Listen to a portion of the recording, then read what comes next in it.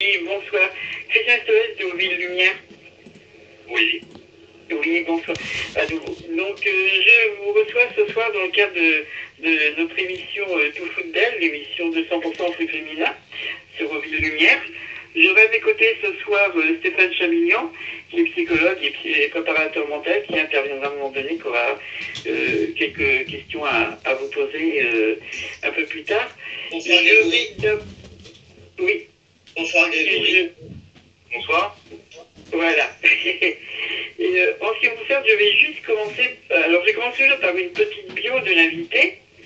Mais en fait, beaucoup simplement, j'aimerais bien que vous nous en rajoutiez. Je vais juste donner donc la base à nos auditeurs. Vous êtes né le 18 mai 1984 à Villeneuve-sur-Seine, d'après mes informations. Non, alors je suis né à Poissy, à côté de Villeneuve-sur-Seine. Donc, voyez, comme quoi, je n'avais même pas tout ce qu'il fallait. Et sinon, donc, vous êtes en fait entraîneur des U19 du UFC Versailles 78 et également des filles U19 du Paris Saint-Germain. Tout à fait, la réserve des U19. Oui, la réserve. Oui, tout à fait.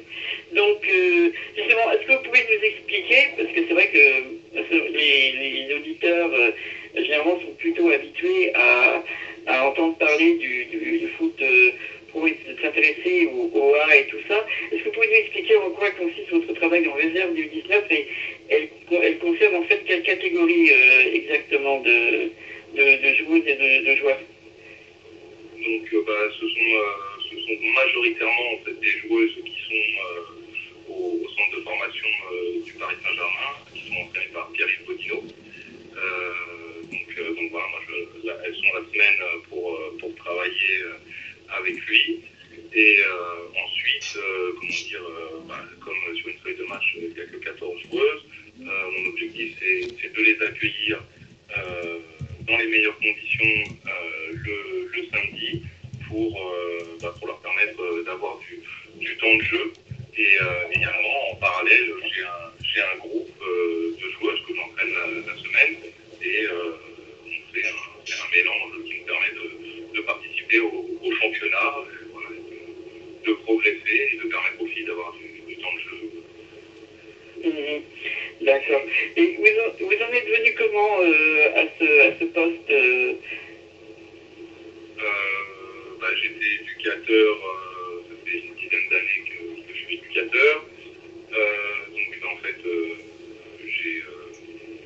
j'ai candidaté pour le football féminin. Voilà, c'est quelque chose que je souhaitais découvrir dans mon parcours de formation parce que aujourd'hui j'ai 30 ans, je suis un jeune éducateur, j'ai besoin d'apprendre, d'acquérir des compétences pédagogiques, techniques. Donc voilà, c'est sûr que le Paris Saint-Germain est une excellente école. D'accord. Et justement, concernant ces joueuses, on va parler un peu de la finale, hélas pour elles et pour vous, enfin pour le PSG, tout court, perdu face à Lyon, 2-1. Votre sentiment sur le déroulement de cette finale?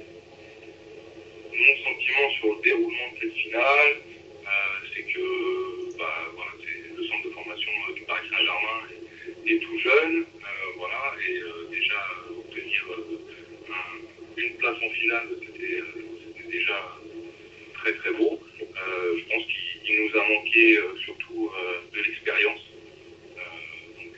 Donc voilà, pour arriver à rivaliser avec Lyon, mais je pense que nous avons fait un excellent match.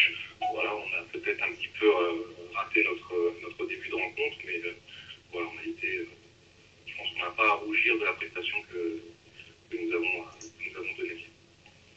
Oui, d'autant que vous avez en fait de nombreuses occasions, même encore, par la suite. Moi, ce qui m'a fait, pas bizarre, enfin c'est le premier mot qui me vient, c'est quand même la rudesse, entre guillemets, dans le jeu, parce qu'il y a eu des cartons, il y a eu des poussées même après faute, des débuts d'échauffement de la part de certaines jeunes joueuses, un peu des emportements. Il y a eu entre bon, bien sûr, une métier, ça sur la finale. Sur la finale, il y a eu un comportement et il me semble que c'est juste un fait de jeu. Voilà aussi. Ouais. pas oublier que ce sont des jeunes joueuses, que voilà, elles ont pas l'expérience et que voilà, je pense que ça reste anodin et je pense que voilà, il n'y a pas à développer puisque voilà, sincèrement c'était une finale. Après voilà, une finale, on la joue pour la gagner. Voilà, ah, bien sûr. Bien sûr, quand j'ai parlé. Oui, oui, oui. Bah, même quand j'ai eu l'occasion de parler avec certaines des joueuses des deux formations, enfin elles sont seulement plutôt de l'Est, bon, elles me disent, ben, c'était normal. Et c'est vrai qu'on n'est pas, c'est pas l'image qu'on a en fait, mais c'est vrai qu'il y avait un engagement terrible, je dirais. Et c'est ça aussi qui peut surprendre, mais c'était une remarque comme cela, quoi. En fait, c'est vrai qu'on ne s'attend pas à autant d'engagement dans le foot féminin de façon générale, surtout pour les gens qui ne sont pas habitués, et puis surtout même dans une finale de 19. Concernant un peu le comportement de l'équipe, on disait c'est vrai qu'il a manqué peu de choses. Est-ce que vous pensez que peut-être certaines joueuses qui ont très bien joué toute leur saison sont tout de même un petit peu passées à côté de la finale, peut-être à cause de pression, une pression un peu plus pensée. Je pense particulièrement à l'excellente saison de Hawa, qui, comme Jean-Yves Godino était d'accord également tout à l'heure, ce que nous avions à l'antenne, était un petit peu en dessous par rapport à la saison sur la finale elle-même. Voilà, je pense qu'elle a pas à avoir de regrets, elle a donné tout ce qu'elle avait. Voilà. Après, Awa, c'est une jeune joueuse, donc voilà, je pense que ça lui a permis de beaucoup apprendre et voilà, je suis sûr que l'année prochaine, elle sera performante comme elle l'a été tout au long de la saison. Oui, surtout qu'elle a quand même un bon moral, elle a une force de ce côté-là. Je veux en profiter, puisqu'on parle justement de morale, pour passer le relais un peu à mon collègue Stéphane Chamignan. Donc Stéphane.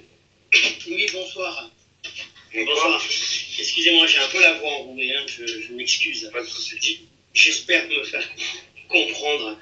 Tout à l'heure, vous avez évoqué donc avec le travail que vous menez avec Monsieur Godino, vous avez évoqué l'accueil des joueuses dans les meilleures conditions. J'aimerais vous poser un petit peu une question d'un préparateur mental. Comment vous mettez ça en place, ces conditions? Après, voilà, c'est déjà dans un premier temps de bien les prévenir.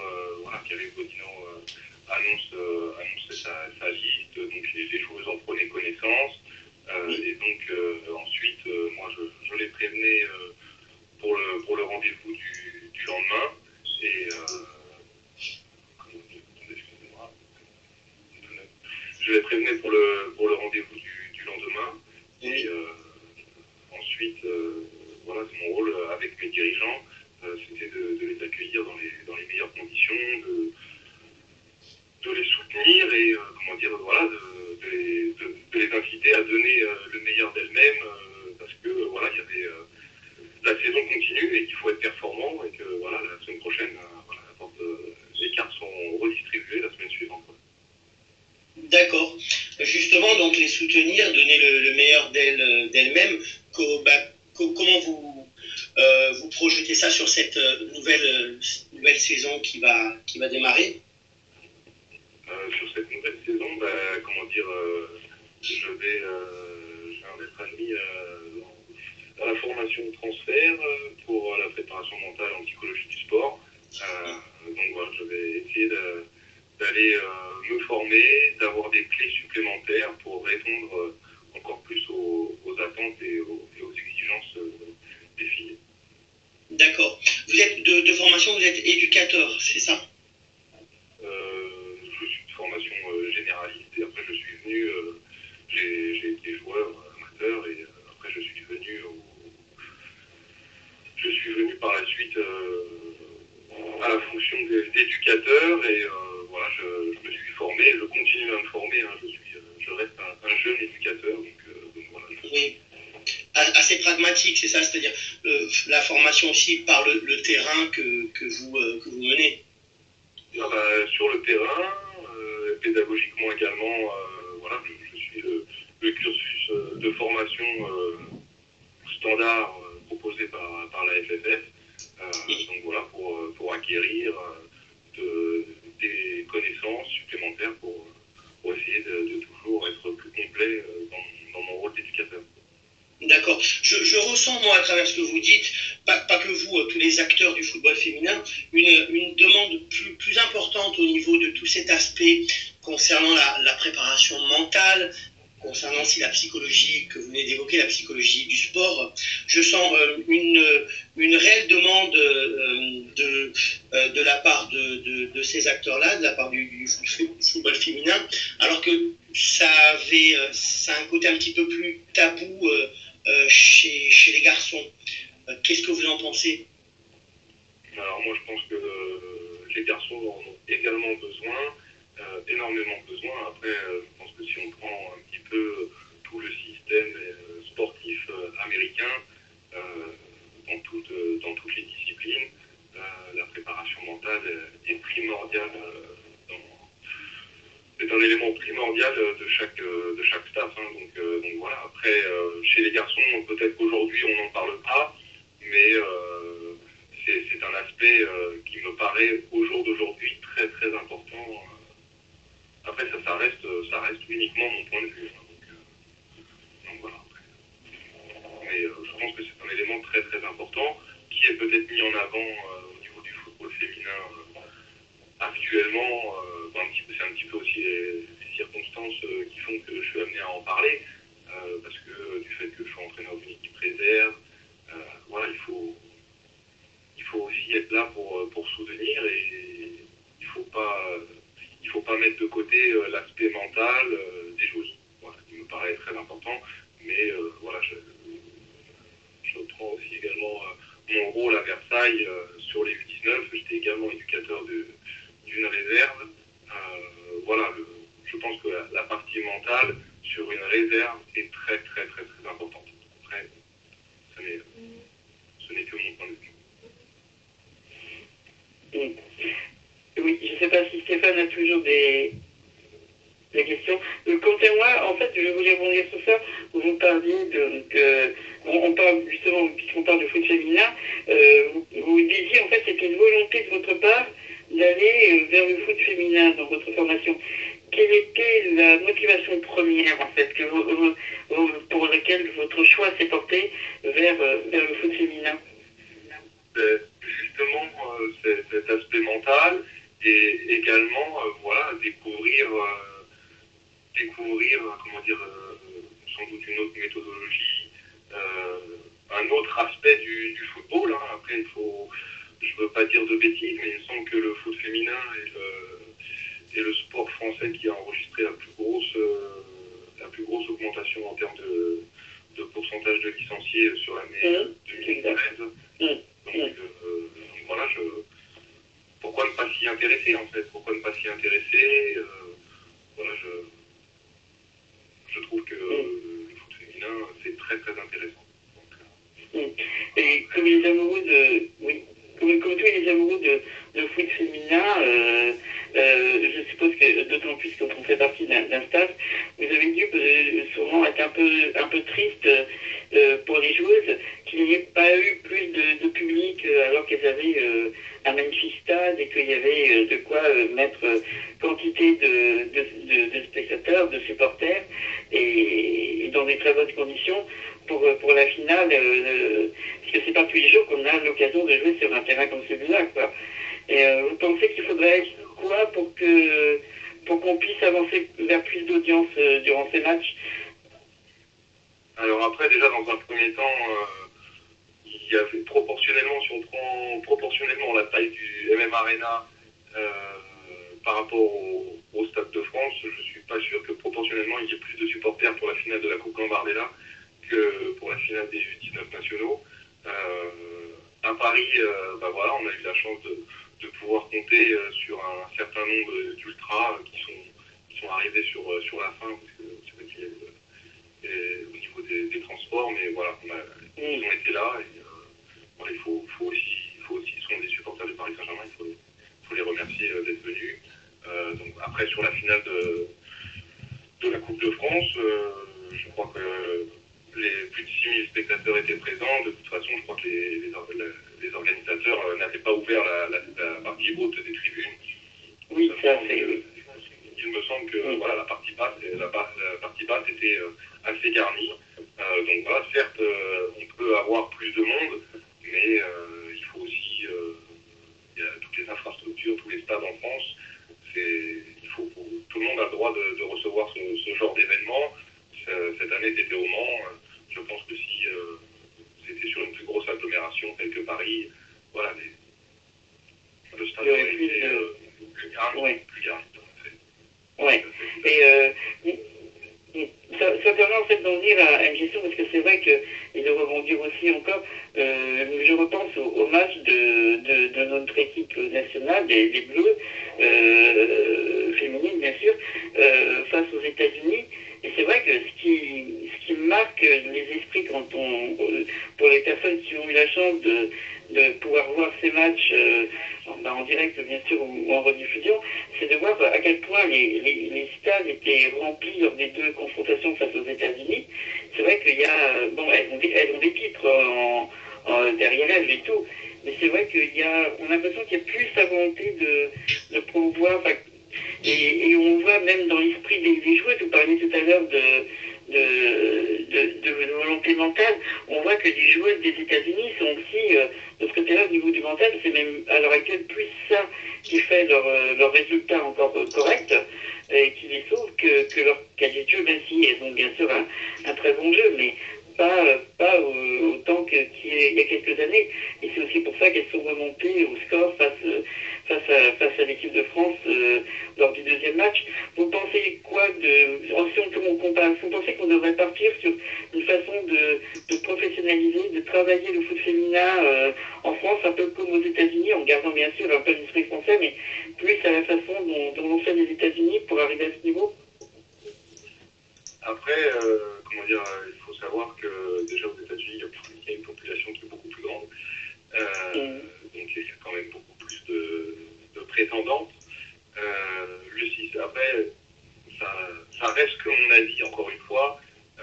Je pense que le système sportif universitaire américain fait la différence sur énormément de sports dans lesquels ils sont impliqués. Sur beaucoup de choses, ouais. Sur beaucoup de choses. Oui. Donc, notamment aussi sur l'aspect préparation psychologique, mais dans un point de vue développemental, c'est-à-dire à chaque étape, l'athlète a un suivi à chaque étape de son développement, et il y a un réel travail aussi avec l'entourage familial. Je le vois parce que je coach aussi un jeune tennisman qui part dans une université américaine justement pour poursuivre ses études et continuer le tennis à haut niveau, chose qu'il ne peut pas faire en France. Après, moi, ça reste que mon avis encore une fois. Voilà, l'enfant américain est programmé pour gagner, l'enfant français est programmé pour participer. Donc voilà, après c'est juste des choses à changer, mais après c'est aussi une manière de faire. Donc voilà, et la France a obtenu beaucoup de titres proportionnellement, bien sûr, à sa population, a quand même obtenu beaucoup de titres nationaux et internationaux. Donc voilà, avec sa méthode. Donc il n'y a pas qu'une seule méthode qui soit valable. Mais justement, si on prend cette équipe de France, c'est vrai qu'on sent une différence tout de même entre les deux sélectionneurs, l'ancien et l'actuel. Et c'est vrai qu'on sent qu'elles sont plus prêtes enfin à assumer leur position de favorite au pire d'outsider d'une Coupe du Monde. Et puisque, par exemple, lors de l'épreuve olympique il y a 2 ans, où bien qu'elles aient mené au bout de 11 minutes contre les États-Unis 2-0, il y avait encore cette peur parce qu'on ne leur avait pas encore appris à assumer ce côté favorite qu'elles pouvaient gagner. Et c'est vrai que vous pensez que ça peut être l'arrivée de Philippe Bergerot peut vraiment amener cet état d'esprit supplémentaire et cette possibilité maintenant de vaincre? Bien sûr, je pense que voilà, Philippe Bergerot, je ne connais pas personnellement, mais c'est un très bon choix, c'est un travailleur, donc voilà, faisons-lui confiance, je reste persuadé qu'il aura les clés pour réussir. Mmh. Et vous concernant l'avenir donc de la saison prochaine, directement vous en avez parlé un petit peu, vous auprès donc des U19, votre objectif premier pour l'équipe en fait du 19, ce serait quoi pour la saison prochaine? Le titre? Pour les U19 nationaux? Oui, pour les 19 du PSG, pardon, j'ai oublié ce que je vous parlais. Voilà, quand on est un compétiteur, on commence une compétition pour pas la gagner, voilà. C'est être malhonnête envers soi-même. Hein. Donc, vous pensez qu'il y a les moyens actuellement, enfin ils sont mis, on voit, on a une très belle équipe, il y a une très belle équipe, il y a des moyens de pouvoir imposer, et là je parle pour l'ensemble des équipes féminines du PSG, d'imposer à l'esprit, vraiment marquer les esprits des supporters du foot féminin pour montrer qu'on est passé dans parce que moi je considère comme un virage en fait du foot féminin là avec la saison qui vient, parce que on voit les changements dans beaucoup de clubs. On voit le PSG qui recrute formidablement son équipe A, qui a une magnifique équipe de U19. On voit que Lyon, depuis justement, c'est un tournant. Il y a un changement d'époque, il y a certaines joueuses qui sont parties, il y a des rumeurs pour d'autres. D'autres clubs sont en train de monter. Vous pensez que là, avec la saison qui vient, on peut changer dans ce tournant du foot féminin français, marquer ses esprits sur PSG, le club féminin français numéro 1? Après, comment dire, Lyon, ils ont à la différence du PSG, ça fait des années qu'ils travaillent sur le foot féminin. Faire en 3-4 ans ce que le Paris Saint-Germain a fait, c'est déjà exceptionnel. Et comme chez les garçons, pourquoi ça s'arrêterait là après? Bah oui, parce que le PSG, même chez les garçons, c'est un club qui a remporté beaucoup de trophées, mais c'est aussi un club jeune. Hein. Tout à fait. Le PSG est de 1970, il ne faut pas l'oublier. Et donc voilà, le PSG, avant l'arrivée du Qatar, avait déjà gagné des titres. C'est sûr que voilà, ils sont passés dans une autre dimension, que ce soit au niveau des garçons ou des filles. Donc voilà, il faut laisser le temps au projet d'avancer. Voilà, oui, un jour. Oui, surtout qu'il avance bien, ce projet-là. Depuis 1970 aux années Canal+, aux années maintenant, aux années aussi des pensionnaires américains, jusqu'à maintenant les Qataris qui viennent. Il y a un bon projet et je pense que ce bon projet, la section féminine, contribue justement à donner du sens à ce projet. Bien sûr. Après, voilà, l'objectif, c'est pas. Je pense que l'objectif du Paris Saint-Germain, c'est pas d'arriver en haut, mais c'est surtout d'y rester. Oui. Comme le FC Barcelone qui est au-delà d'un club, c'est aussi il y a toute une structure, toute une école, comme la Juve. Je pense que le Paris Saint-Germain doit aspirer aussi à cette même vision, que ce soit de par la formation, mais aussi avec ces sections féminines. Il faut être complet, cohérent. Voilà, parce que le Paris Saint-Germain fait les bons choix, de mon avis. Hein. Donc voilà, le Paris Saint-Germain fait les bons choix.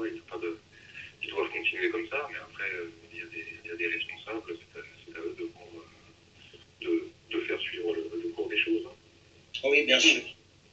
En fait, nous arrivons au terme de notre émission. Juste avant, est-ce que vous pourriez juste nous dire pour nos éditeurs, pour tout le monde, nous donner les prochaines dates du PSG féminin, les prochaines dates importantes à noter dans les tablettes du début de saison. Il y a des matchs amicaux de prévus importants. Il y a...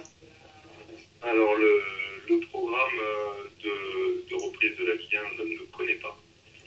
Voilà. Après, les U19 seront en tournoi à Estoril au Portugal elles partent lundi et après, après leur retour, elles seront présentes à la Gothia Cup. Donc voilà ce que je vais faire. Je vais souhaiter bonne chance à mon ami Pierre-Yves. Donc voilà, et puis je sais qu'il reviendra avec des trophées. Oui. Eh ben, on lui souhaite de tout cœur, on souhaite de tout cœur à ces jeunes joueuses bourrées de talent, on le souhaite au PSG en général, aux supporters du foot féminin aussi, car quelles que soient les préférences de club, on aime toujours avoir des beaux clubs en face pour avoir du beau football.